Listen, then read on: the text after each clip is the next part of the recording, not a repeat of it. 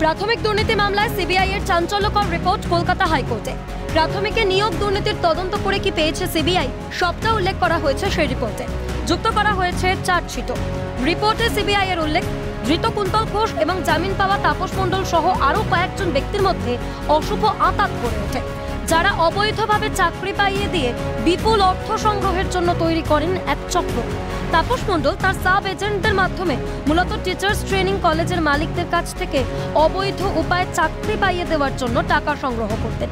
2016 থেকে 2022 সাল পর্যন্ত তাপস মণ্ডল তার 8 জন এজেন্টের মাধ্যমে 141 জনের কাছ থেকে 4,12,85,000 টাকা সংগ্রহ করেছিলেন। অভিযুক্ত কুন্তল ঘোষকেও তাপস মণ্ডল 5,23,00,000 টাকা দিয়েছিলেন বলেও আদালতে জমা দেওয়ার রিপোর্টে উল্লেখ করেছে সিবিআই। এখানেই শেষ নয়, উল্লেখযোগ্যভাবে সিবিআই এর রিপোর্টে উল্লেখ, এই অভিযুক্তরা মিলে www.wbtetresults.com নামে একটি ভুয়ো ওয়েবসাইট তৈরি করে।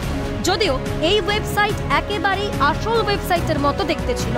এই ওয়েবসাইটের মাধ্যমে টেটে অকৃতকার্য প্রার্থীদের কৃতকার্য বলে দেখানো হতো। অযোগ্য চাকরি প্রাপকদের ভুয়ো ইমেল আইডি থেকে মেল পাঠিয়ে ইন্টারভিউয়ের জন্য ডেকে পাঠানো হতো। এমনকি রিপোর্ট থেকে জানা যায়, যথাযথ নিয়ম না মেনে ওএমআর মূল্যায়নের জন্য এস বসুরায় অ্যান্ড কোম্পানিকে গোটা প্রক্রিয়া হস্তান্তর করা হয়েছিল। 2017 সালে 752 জন চাকরি প্রার্থীর একটি তালিকা প্রকাশিত হয়, যেখানে তাদেরকে উইথহেল্ড ক্যান্ডিডেটস বলে দেখানো হয়েছিল, যারা প্রত্যেকেই অযোগ্য চাকরি প্রার্থী। এই 752 জনের মধ্যে 310 জনকে চাকরি দেয় প্রাথমিক শিক্ষা পর্ষদ। এবার এই সম্পূর্ণ রিপোর্ট চার্জশিট যুক্ত করে আদালতে পেশ করলো সিবিআই। প্রাথমিক দুর্নীতি মামলায় এই রিপোর্ট খতিয়ে দেখে আদালতকে নির্দেশ দেয়, এখন সেটাই দেখার। অভিরূপা হাজরার রিপোর্ট, ক্যালকাটা নিউজ।